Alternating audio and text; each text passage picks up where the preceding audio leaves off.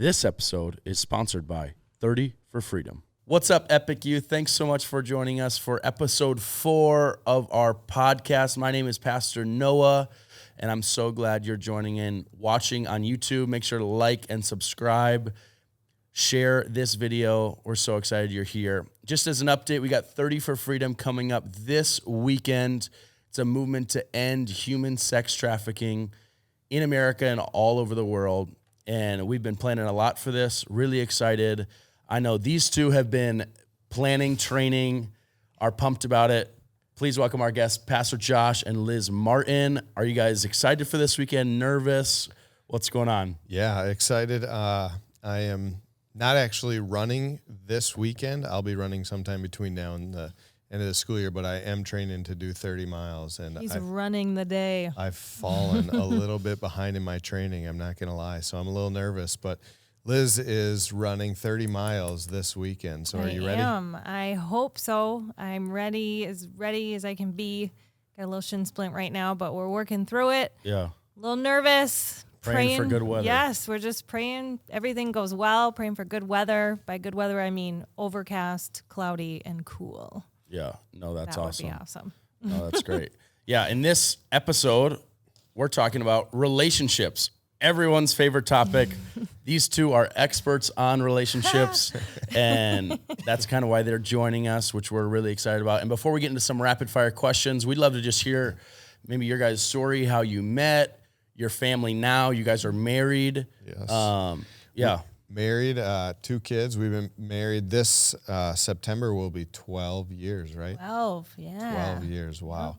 And we've got 2 kids. We have one little look-alike each. I've Max, he's 5. That's my little look-alike. And the mini me for Liz is Ellie. Yep, she is 9, and she looks like her mama and acts like her daddy, and he looks like his daddy and acts like his mom. So That is funny. How did you guys meet growing up in college? What did that look like?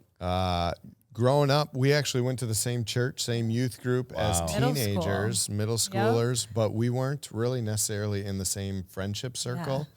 Yeah. I was in a different circle of people than Liz.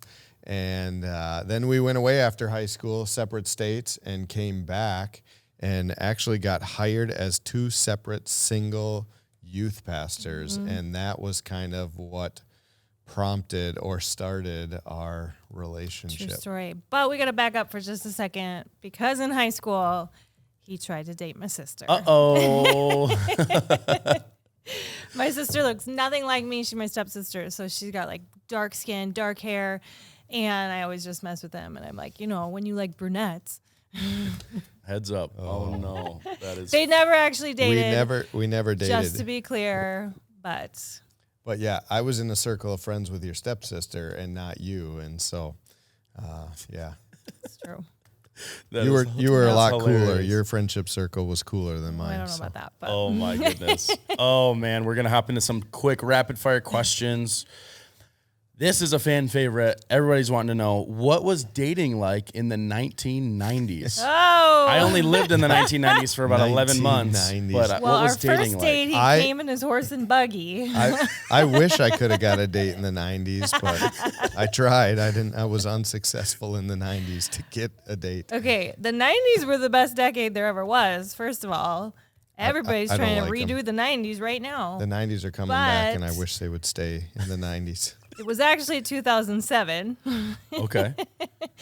And, there's our very first picture ever as a dating couple right now. First picture was at a Christmas Eve service where we were both pastors on staff. That's our picture. That's why we're dressed kind of nice. I would recommend if you start a dating relationship, don't start it in December, because then you got the stress of buying a Christmas present real awkward when you don't know each other that well. Don't know each other. That was tough. Yeah. Weird. Date in some weird random month like March or something like that. After Valentine's Day, after Christmas. That is funny. Okay, who made the first move and why, and how did they do it? I think I did. I I shot her in the forehead with a water bottle cap. We were setting up for some event that we had going on in the youth group, and I was hiding behind a curtain, and I reached through with a water bottle, and I flicked off the top, and it went boom, nailed her right. You know, like when you twist them up? Yeah. Right there. Just right. And I just knocked me right off my feet. Oh my goodness. I've been a middle school pastor for 12 of the last 15 years, and I've acted like one too. That's hilarious. Oh my goodness. How did you guys know each other one was the one? Oh, How did you know man. each other were the one? Yeah. Well, maybe this is old school of me, I don't know, but I had a list, like a written list that was laminated, okay? But at least written in pen, you know, so you can't get out of it. But a list of like, this is what I want in a guy. And I've spoken messages about this before, but you got your negotiables and your non-negotiables. And my non-negotiables are the important things, like loves Jesus, he leads, all these different things that somebody I date had to have. And then you got the non-negotiables. That's like, maybe he would look like this, maybe he would have this, but it really doesn't matter that much. And I got to be honest, he was all of the things on the whole entire list. Let's go. So that's how I knew. Except for maybe height.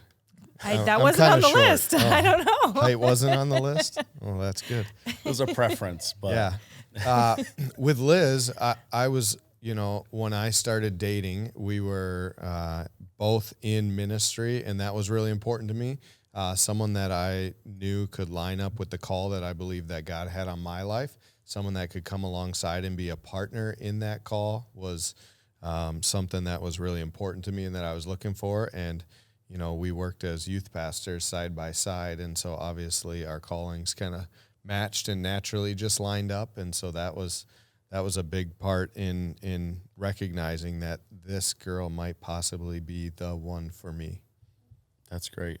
My next question, okay, there's talk around town. We know you as a rule follower, as someone that can be frugal at times, all right, but also gets a deal when he wants one and when he finds one. And just if you find Pastor Josh, ask him about his quick trips. Specials. He takes care of it, takes care of you if you want to go out with him. But there's talk around town about you guys' proposal. When you proposed, there was a coupon used. I haven't heard the full story. There was a coupon used. That is not false. I'm hoping that it wasn't on the ring, but maybe I wish it was on the ring. Actually, I did get a deal on the ring. Yeah. I totally did. So here's a little tip. All right. Two significant discounts, one better than the other. When I purchased Liz's ring, I went in there and I had pre-negotiated the price, and I was supposed to come with the money, and they talked me down to what their lowest price was. And then I went to the bank and I got cash, and I got all $100 bills, and I took out $300 less than what they said their lowest offer was. So I went in with $100 bills and said, this is all I have, and laid them out in front of them and said, will you sell it to me for this? And they did. So I got $300 off of what they said was their lowest price. So cash does speak. So I got a discount on the ring. And then the night that I actually proposed, we went to our favorite pizza place. And we were like rewards people, or I should say, I was a pizza, rewards. by the way. Let me just put that out there. We weren't at like Pizza Hut or Domino's. That's true. So Punch Pizza in the cities. If you're Next ever in year. Minneapolis, go to Punch Pizza. But I had my coupon for a free pizza that night. So I wanted her to know what she was getting into. If she was going to marry me, coupons was going to be a part of our forever. And they still are. that is hilarious. No, that's great. Oh my goodness. I would love to have coupons as much as you would. That's great. No. Now we're going to get into some like more serious questions of maybe your guys' relationships growing up. Don't have to be together, but maybe just in general. But how did you guys set and establish appropriate boundaries in your dating relationships? And maybe why do you feel like that's important for young couples today? Sure. Well, I didn't really have dating relationships growing up. I had one relationship before Liz, so... And then that one model, remember? Oh yeah, he likes to tell that story. You ask him sometimes. Yeah, okay. We won't reveal it here, but if you watch this podcast and you find me afterwards, ask me about the model. It's a teaser. Actually, 2 models. It's a good answer. 2 models. It's a good answer. All right, boundaries. So as a teenager, I didn't. was never in a situation where I needed boundaries because I couldn't get a date. So let's talk about the boundaries you had established as a teenager or didn't establish and how that went. Well, I didn't have the best, healthiest boundaries, I don't think, dating as a teenager. My brother was the oldest and there was me, and he didn't do a lot of dating. So I was kind of like my parents' first rodeo when it came to dating. And they gave me a curfew. They wanted to know the person. We couldn't go in our bedroom, do all that kind of, stuff. But it's real easy to get around that stuff and still do stupid things, you know? So, and some of those stupid things we figured out how to do. So we obeyed our parents. We adhered to their boundaries that they gave us. But something that was different between those relationships and when I started dating Josh was that we talked about what boundaries we wanted to have between the two of us. And even as a 20-something, it was awkward and hard to do, to like actually lay those things out on the table. Here's what we want to do together. Here's what we don't want to do together. Here's as far as we would like to go physically. Here's as late as we can be together alone. That's good. That kind of thing. And so actually having those conversations were the game changer, I would say. And having them right away. So not like waiting until it's like, oh, oops, we shouldn't have done that. What should we do to make and sure then it being doesn't brave happen? enough to call each other on it if you're slipping past them. So yeah. And so like for us, our relationship, we were dating in our 20s, but our boundaries were we had a curfew that we weren't going to be together beyond a certain time. We were going to both separate and go to the houses. We both lived at a house. I lived at a house full of guys. She lived at a house full of girls. So we had a curfew. Another boundary that we had is when we were having our dates, if we were not out in public, we were in a open space in the house. We did not have any date time in bedrooms. And so that was important for us. There's not really any furniture to hang out in a bedroom except a bed, which isn't great when you're dating and not married. Yeah. So, and if you want to get really real, I don't know how real you want us to get, but like when we would kiss, because that's a natural thing. That's something you do when you date. We would not lay down. There was like only sitting up because that can escalate real quick. Yeah. And that's a natural thing. But when you're trying to preserve your selves and your lives for marriage, then you just don't want to mess with that stuff. So yeah, for sure. No, I love that. Liz, you had talked about it a little bit, and maybe you're the only one that can speak to this, but of the two of you, but how involved were your parents in your early on, maybe high school, junior high, those type of relationships? How were your parents involved? How much involvement did they have? What did that look like? Yeah. Well, I had one really serious high school relationship. It was like 2 years long. For high school, that's a decent amount of time, I thought. And my parents knew who he was, and he would come to our house and I would go to their house. And we had boundaries, like I talked about curfew and different things like that. But honestly, I wish they were more involved. I wish that I would have been able to not just bring him to my house to be there and watch movies together or do whatever, but like join my family in having game night, or join my family on whatever we were doing, whether we were going boating or fishing or whatever, and have them kind of integrate into my family, because they love me and they would be able to know his character as well and be able to see things maybe I can't see because my feelings are not letting me see them, if that makes sense. Yeah. So I kind of kept those two things a little bit separate. Yeah. And I wish I hadn't have. So. Yeah. I definitely think it's good to have your family's involvement in your relationships, because like Liz said, they offer another perspective, and it's one that you can most of the time trust. Mm-hmm. You can trust, even though sometimes, your family may point out something that is not the greatest thing to hear.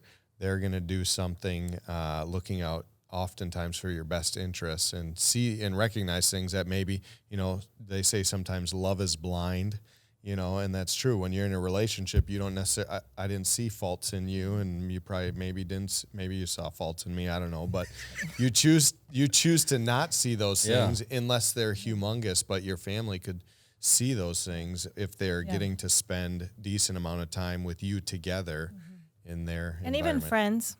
Like I'm a huge champion of like dating in groups. Like be with your friends together. Don't just isolate and be alone, because you know what, when or if your relationship doesn't work out, those are the people that you have left, is your family and your friends. So don't isolate. And they were often there first. They were dating. Yep. They were there first, and they'll be there after if it doesn't go to marriage. Yeah, for sure. What do you guys think is maybe the greatest misconception about relationships today? I would have to say I think that it's that our feelings equal truth. We are huge feelers as human beings, and we get into these places where I feel this way, I want this thing, I feel this for this person, I feel attracted in this way, and they become our truth. But really, Jeremiah in the Bible tells us that our heart is deceitful above all things. Yeah. And in Proverbs, it tells us that there's a way that seems right to a man, but in the end, it leads to death. And so we might feel a certain way or think a certain way, and that we have to act on that or we have to have that. But it's just simply not true. We really just need to slow our feelings down. I mean, our feelings are telling us something. So it's not that they're not valid, but before we act on our feelings, to slow them down and align them with truth, and to see what that truth says to do with that kind of feeling. Yeah. No, that's good.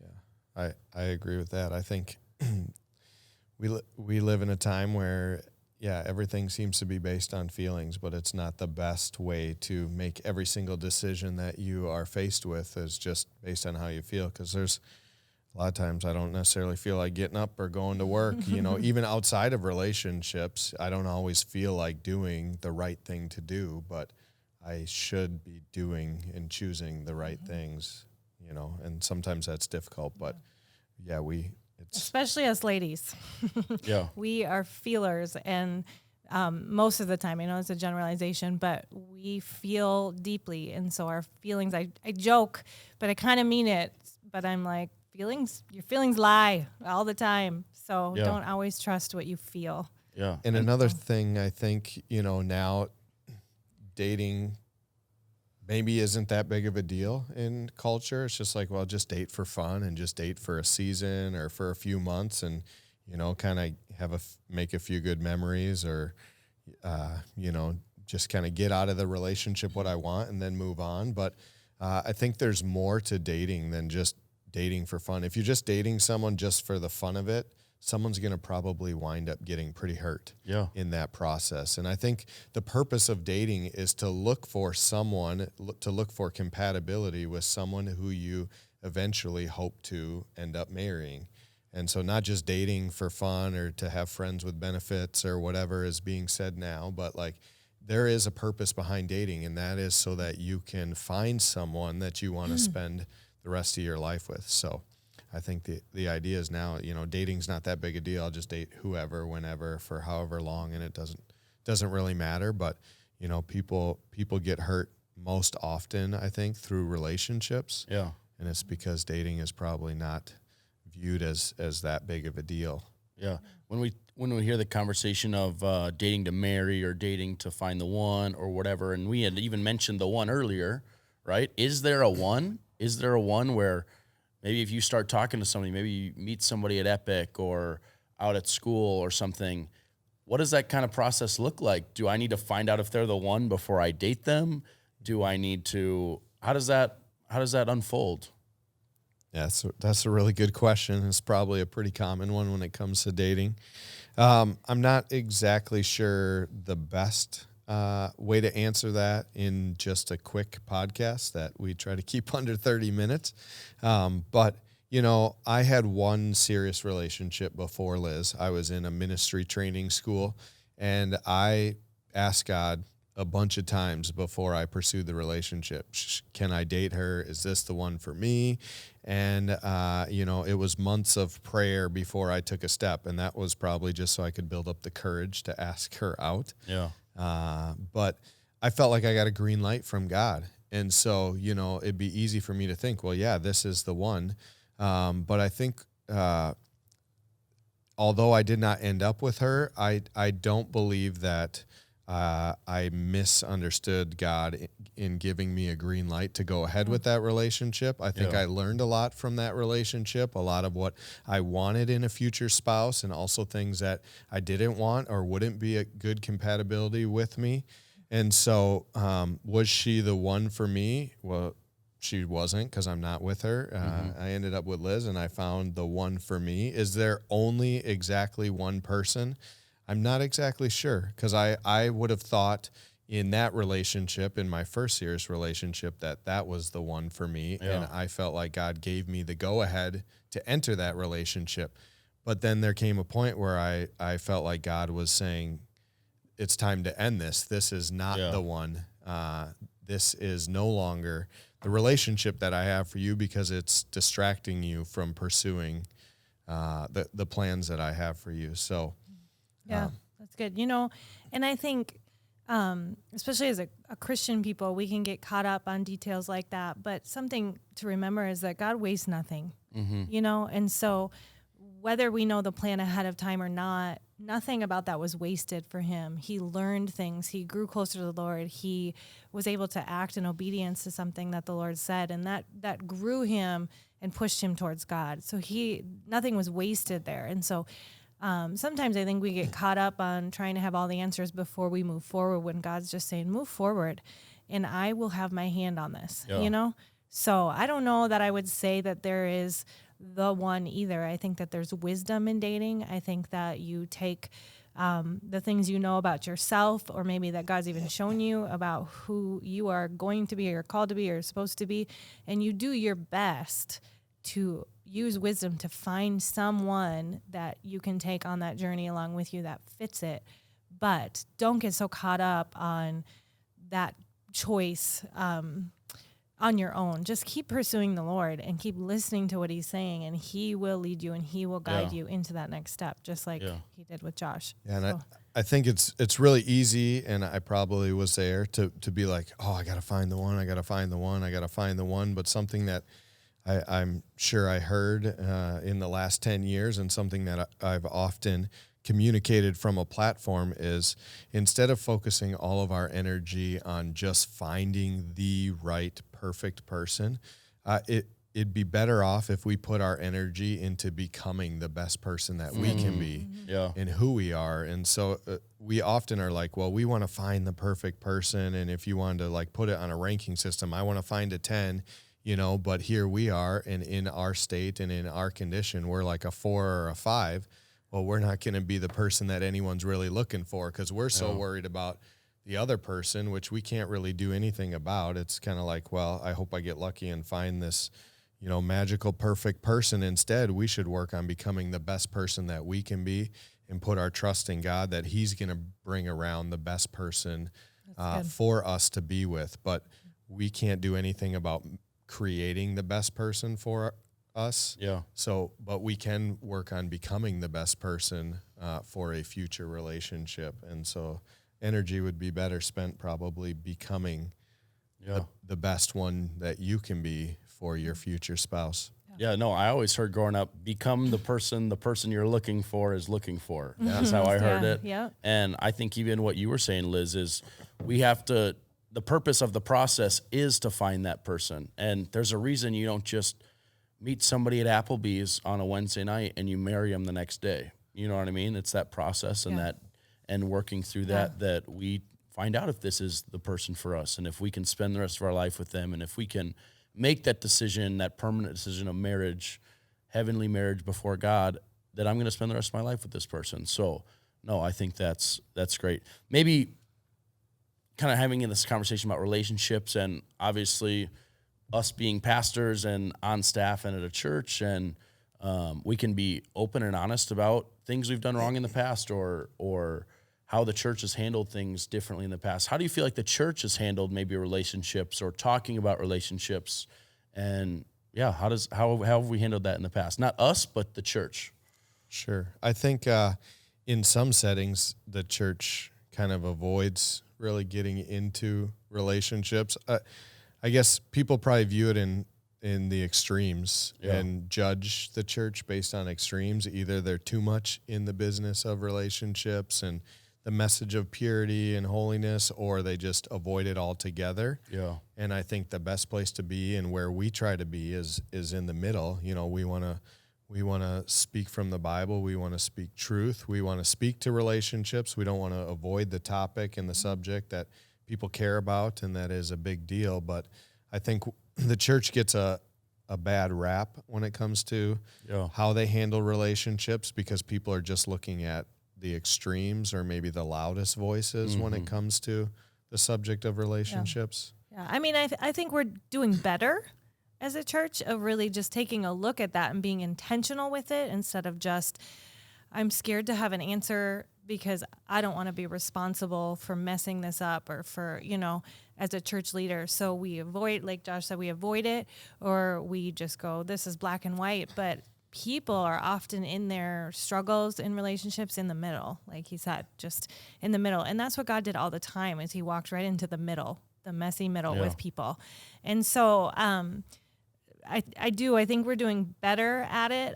But I also have to say that as a church and as a Christian people, we're not called to conform to the way that the world is and to look like how the world does things. We're called to be different. We're called to live different, and not to be mainstream, and not to go exactly with what culture is saying and align with what they're doing. I mean, Romans 12, what does it say? It says, we are not to conform to the patterns of this world, but be transformed by the renewing of our minds. And that is found in the Word. We renew our mind by what the Word says. And so there is a point where we will look different. There is a point where we should look different. And that is not always going to sit well with culture and with people. And so I think there's this fine balance and dance that we are kind of doing with it, because we want to attract people to the Lord.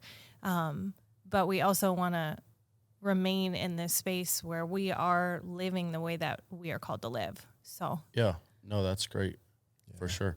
I think all that is just such good material and such right from God's word. And that's what our mission is and what we desire to be. And that's what we want to live out as an example to other students to be, and all that. And we're getting towards the end now. Maybe if you guys have one last bit of advice to this generation, how they can be better in relationships, what they can do to be more like Christ, maybe modeled from your guys's or your experience and wisdom.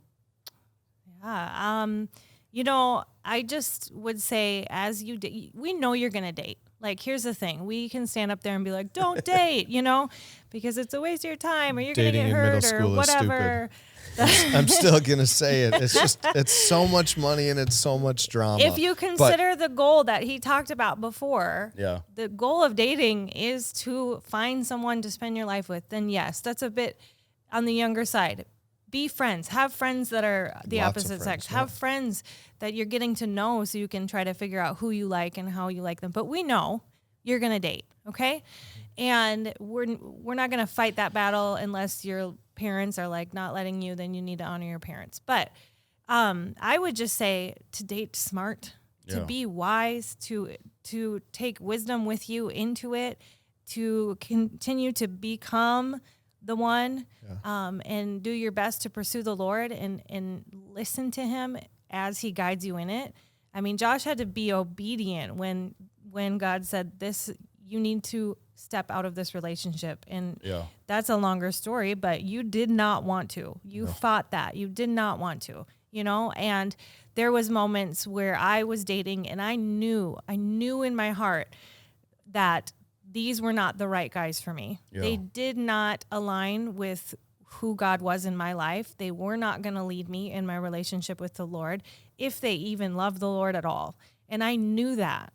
And at some point, probably a bit too late, most times, I had to step out of that relationship, and it just caused sadness and pain.